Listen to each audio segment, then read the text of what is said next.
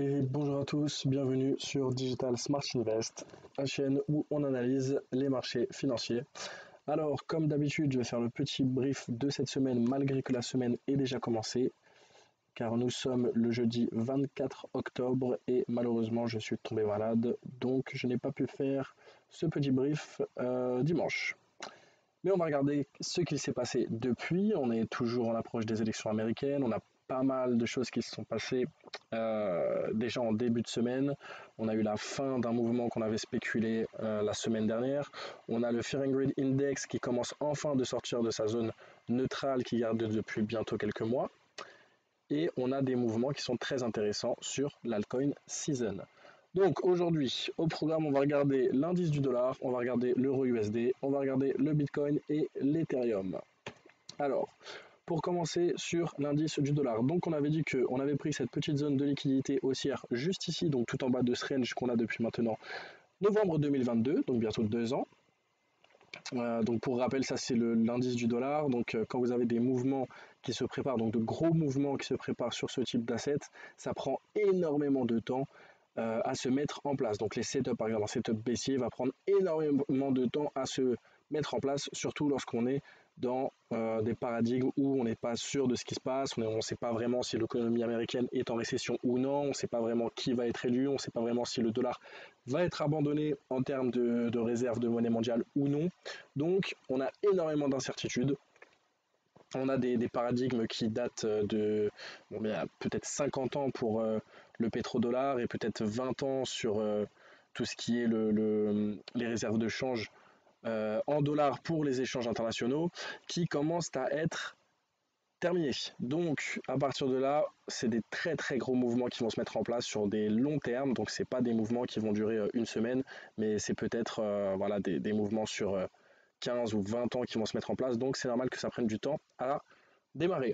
En tout cas, pour le moment, on est toujours dans un range. Donc dans les ranges, on achète les bas de range et on vend les hauts de range. Maintenant, je pense que ce qui va vraiment catalyser la sortie de ce range-là sur le DXY, comme j'ai déjà expliqué, c'est nos fameuses élections américaines. En plus de ça, on est en proie à pas mal de guerres qui se passent dans la planète. Donc le choix du président va aussi influencer là-dessus. Si jamais les États-Unis venaient à être beaucoup plus hostiles qu'ils le sont actuellement, avec pas mal de ces belligérants, on pourrait avoir un dollar qui serait encore plus abandonné qu'il l'est déjà actuellement. Mais bon, pour le moment, donc, on avait spéculé sur un petit mouvement haussier qui devait déjà fermer les petits gaps qu'on avait juste là et arriver sur cette zone, donc la dernière zone de volume qu'on avait au niveau du milieu du range. C'est ce qu'on a fait. Donc voilà, on est arrivé. Donc on s'est jamais arrêté. On a eu un DXY qui a été uniquement haussier pour arriver jusque là, donc au niveau des 104-105. Maintenant qu'on est ici, qu'est-ce qui se passe? Écoutez, juste là, on peut s'attendre à un petit range et un petit mouvement baissier. Si on le corrèle avec l'euro-dollar, parce que le DXY, donc c'est un panier de devises contre le dollar, maintenant ce panier de devises est composé à, je crois, 50% voire plus d'euros. Donc quand on regarde l'euro-dollar, on voit que l'euro, lui, il a attendu ce petit mouvement baissier pour arriver juste là, donc sur la dernière bougie d'accumulation, donc la petite bougie qu'on a ici, celle qui a le corps le plus fin, avant ce très grand mouvement haussier, donc qui a break le niveau des 1.114. Ce qu'il faut savoir, c'est que le marché du forex, c'est des très gros ranges. Parce qu'on parle de devises, donc lorsque vous parlez de devises, on parle quand même d'économie de pays, donc ça va toujours être des très gros ranges dans des plus petits ranges. Non, pardon, des petits ranges dans des plus gros ranges. Donc là, typiquement, sur l'euro-dollar, on voit qu'on a un mouvement baissier qui date de plus des années 2000, donc depuis la création de l'euro. Mais on voit que dans ces mouvements baissiers, on a des mouvements haussiers. Donc on a des très gros mouvements baissiers qui instaurent des ranges, qui instaurent des petits mouvements haussiers, qui instaurent le mouvement baissier. Donc le mouvement de fond, lui, est baissier. Maintenant, entre chaque mouvement baissier, on a des petits ranges et un mouvement haussier. Spoiler alert, où est-ce qu'on se trouve actuellement? Dans un petit range avant un mouvement baissier. Donc mouvement baissier qui pourrait nous ramener où? Donc au niveau du canal baissier qui se trouve juste là, au niveau des 1,12, 1,13. Donc voilà, pour moi, au niveau de l'euro-dollar, à long terme, bien évidemment, on attend d'attendre cette zone qui pourrait, à ce moment-là, nous permettre de savoir si soit on va casser le canal vers le haut et on va peut-être enclencher un mouvement baissier à ce moment-là, soit si on va continuer à ranger un petit peu dans ces zones de prix tant qu'on n'aura pas de forecast sur l'utilisation du dollar pour les échanges mondiaux. En tout cas pour le moment, donc on est arrivé sur cette zone. Ce qu'on peut attendre, c'est peut-être un petit retour, un petit peu plus travailler cet order block, peut-être pas accumuler soit juste au-dessus, soit à l'intérieur, et pour après repartir à la hausse. On a laissé pas mal de gaps ici, et on a ici un très bel order block de supply, juste là avec une corde de bougie minuscule. Ce qui veut dire que le taux d'échange entre les longues et les shorts a été extrêmement important, ce qui est un très gros indice sur une manipulation dans ces zones de prix. Donc je pense qu'on va revenir dans ces zones de prix là au niveau des 1,11600, ce qui pourrait nous faire croire à un prochain mouvement haussier de l'euro-dollar qui au moins retournerait sur ces zones de prix là. Donc au niveau du DXY, on attend du coup un petit mouvement baissier qui pourrait s'enclencher, du moins une mise en place d'un setup de début de mouvement baissier, donc typiquement peut-être quelque chose comme ça, une petite distribution. Et au niveau de l'euro-dollar, c'est inversement corrélé, donc on attend un petit setup de mouvement haussier qui va se mettre en position. Au niveau du Bitcoin, alors ce qu'on avait regardé, ce qui était très intéressant de voir, c'est qu'on avait un DXY qui montait, pourtant on avait un Bitcoin contre dollar, donc le Bitcoin face au dollar, qui lui montait. Ce qui veut dire que vous avez un dollar qui monte, et lorsque vous comparez le Bitcoin au dollar, vous avez un Bitcoin qui monte. Ce qui veut dire que le Bitcoin, en réalité, est extrêmement bullish, parce qu'il va du coup ravaler la performance bullish du dollar. Donc ça nous annonçait que, déjà en termes de supply, quand on voit les supplies disponibles de Bitcoin sur les exchanges, c'est extrêmement bas. En plus de ça, on sait que les ETF drainent énormément de supply disponibles sur les exchanges. Pourquoi? Parce que les ETF ont l'obligation d'uniquement ajouter dans leur portefeuille des Bitcoin KYC qu'on trouve uniquement soit auprès des mineurs, soit auprès des exchanges et des personnes qui ont passé le KYC. Donc ce qui réduit en plus, encore plus la supply disponible pour les ETF. Donc ce qui veut dire que on avait un Bitcoin qui avait atteint donc le bas de son canal baissier. Donc Bitcoin lui aussi il range depuis mars 2024. On avait atteint la grosse mèche de liquidation sur août qui nous avait ramené sur le haut de cette dernière accumulation qui avait eu lieu donc en janvier 2004 début 2024. Je crois que l'annonce des ETF c'était à ce niveau-là, donc au niveau de février. Donc si vous voulez, ici c'est les insiders, donc les insiders qui savaient que les ETF allaient être approuvés. On a eu une réaccumulation, donc distribution, accumulation, pump. Juste ici, donc on a commencé à accumuler juste au-dessus de cette mèche-là. Et enfin, l'annonce des ETF a été rendue disponible au public et on a eu le pump. Petite mèche qui a servi à retourner sur ces zones de prix et à peut-être fermer les ordres à break-even qui a été juste là ou à ce niveau-là. Depuis, donc, ce qu'on a fait, c'est qu'on n'a pas cassé les plus bas, donc on n'a jamais cassé les plus bas qu'on a fait. Il y a juste celui-ci où voilà, on avait des lots, donc on avait les stop-loss des personnes qui s'étaient mis à levier juste là qui ont été prises, donc petite mèche comme ça pour les prendre.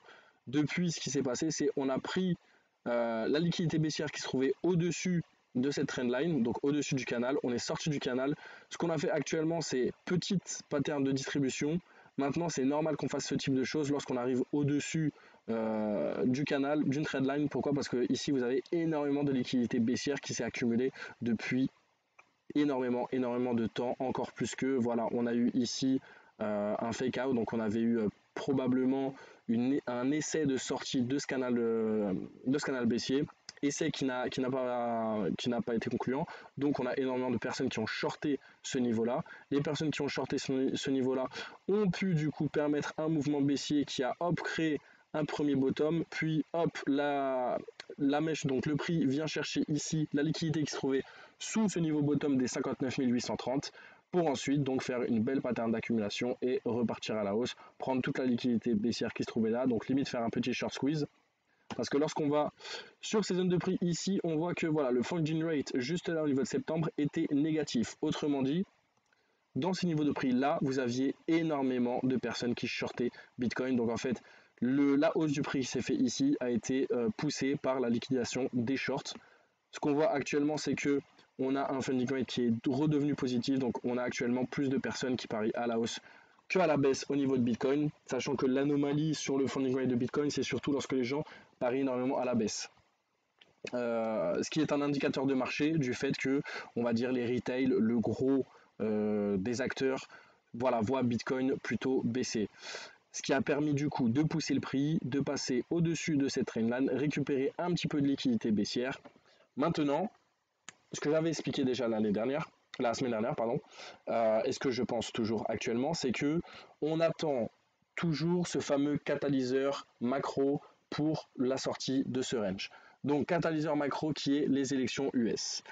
Maintenant, ce qui est sûr, c'est que certains ont dû être entraînés avec l'année 2022-2023 avec les FOMC. On avait vraiment donc ces catalyseurs de pump qui étaient les FOMC. Donc je vous invite à aller regarder les dates des FOMC et les mouvements de Bitcoin. On trouve une assez grande corrélation.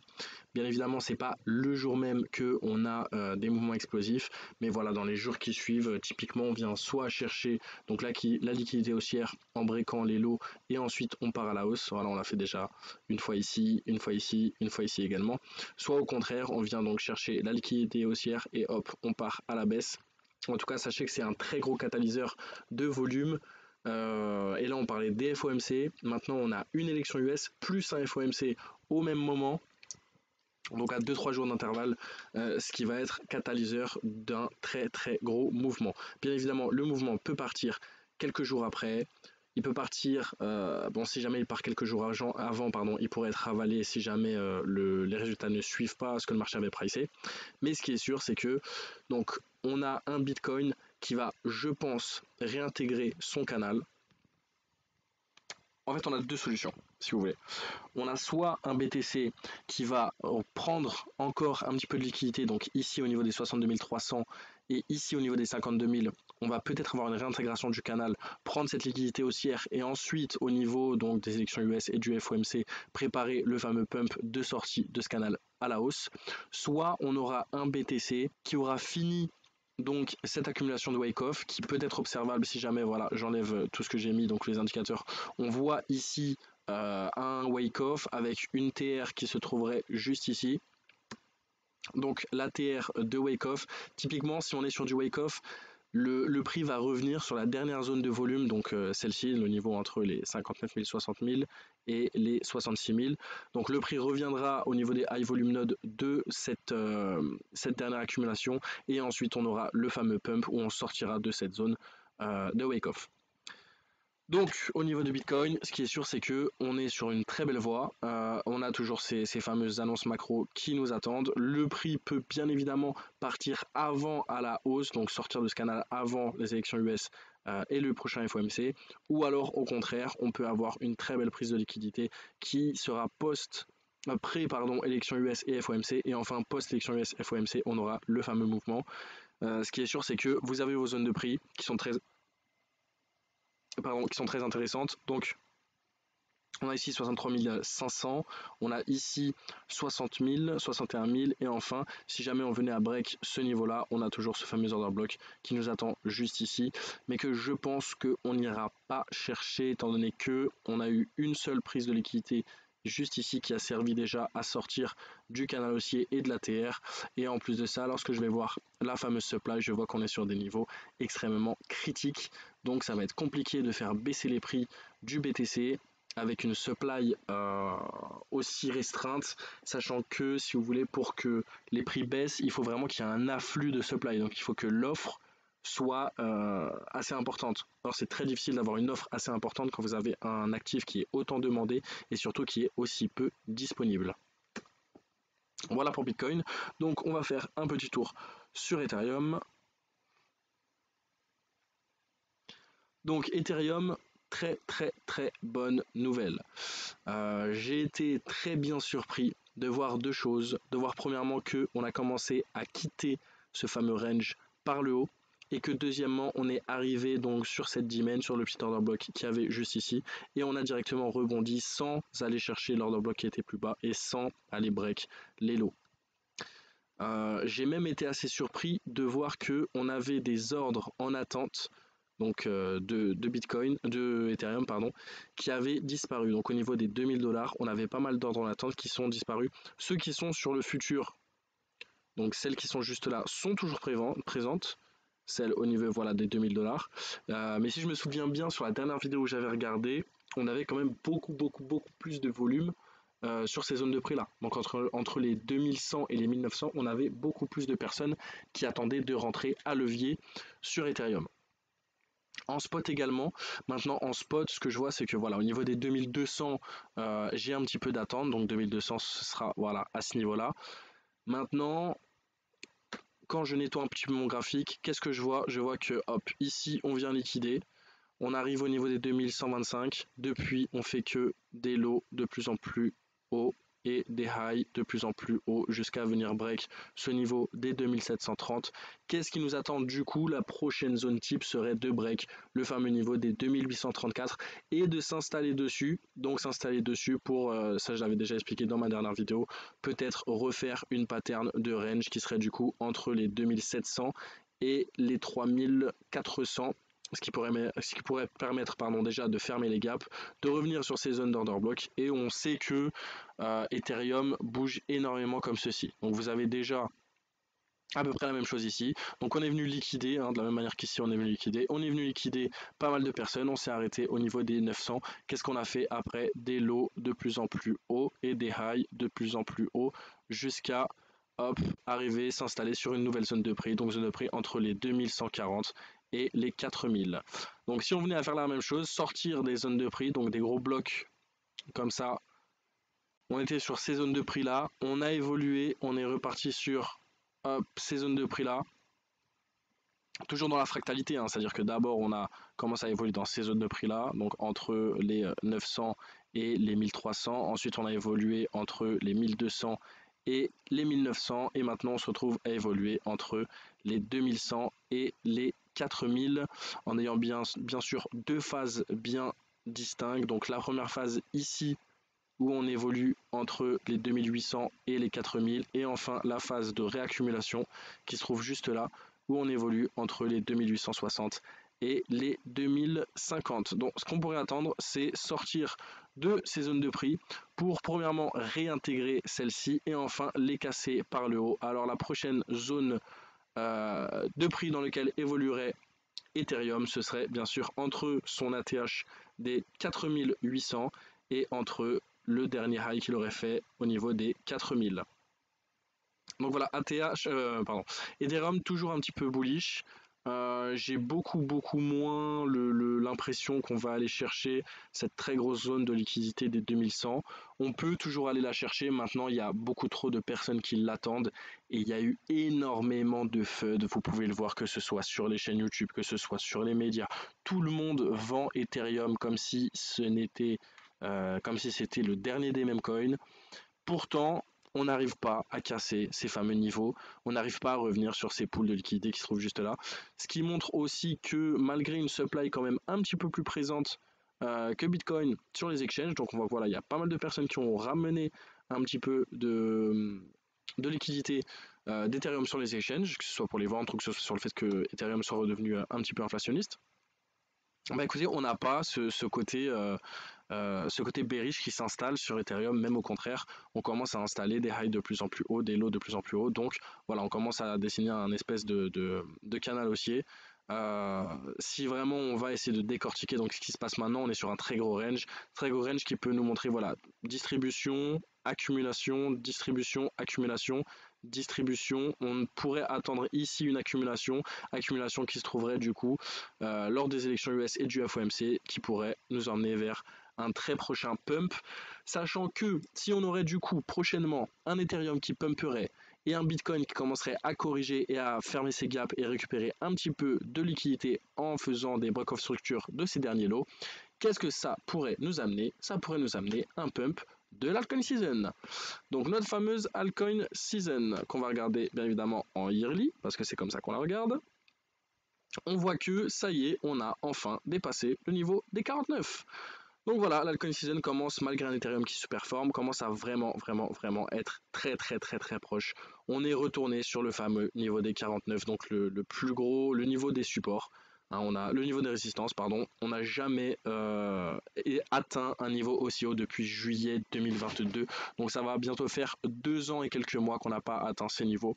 On est de retour dessus. Qu'est-ce qu'on attend? On attend peut-être un petit retracement en attendant les élections US et le FOMC, avec bien évidemment une sous-performance de BTC quand il y aura un prochain pump, ce qui pourrait nous amener à un retour de l'altcoin season. Et enfin, je pense avoir donc des narratifs meme coin crypto surendetté qui ne génère pas énormément d'activité on-chain qui pourrait enfin se terminer et on aurait un retour value des actifs et surtout des crypto-monnaies des altcoins pardon, qui pour certains génèrent énormément de cash et pourtant ont des price tokens qui se sont fait complètement dégommer parce que pas de marketing, pas de narratif en vogue et IA, Memecoin, etc. Donc, je pense que si jamais on aurait un retour de la coin season, on aurait des capitaux qui commenceraient à se réintéresser là-dessus, et à partir de ce moment-là, on aurait peut-être un petit peu de smart money qui irait dans des smart projects. Voilà, donc si on faisait un petit peu un tour global pour les prochaines semaines, ce qu'on attend, ça va être soit un petit range au niveau du DXY, soit un mouvement baissier enclenché. La même chose, mais inversement corrélé, donc petit range, soit mouvement haussier au niveau de l'euro USD. Des petites prises de liquidité haussière au niveau du Bitcoin, maintenant qu'on a pris pas mal de liquidité baissière en sortant de ce canal. Ou alors un retour sur le high volume node de la dernière accumulation si jamais on est sur la fin de wake off. Et ce serait possible, hein, et à ce que je vois ici, on a déjà le STB, on a déjà un début de spring, donc on pourrait avoir la fin de wake off. Du coup, fin de wake off qui dit installation de prix au-dessus de ces niveaux de prix là, donc au niveau des 72 000, avec peut-être, si on garde à peu près la même amplitude, on serait au niveau des 90 000 à 70 000 pour le prix du Bitcoin. Et enfin, pour Ethereum, on aurait du coup un Ethereum qui continuerait son petit bout de chemin en breakant toujours ses niveaux les plus hauts et en ne breakant pas ses niveaux les plus bas, donc des lows de plus en plus hauts et des highs de plus en plus hauts, ce qui pourrait permettre du coup une petite surperformance de Bitcoin par rapport à ETH et qui nous amènerait une surperformance de l'altcoin Season.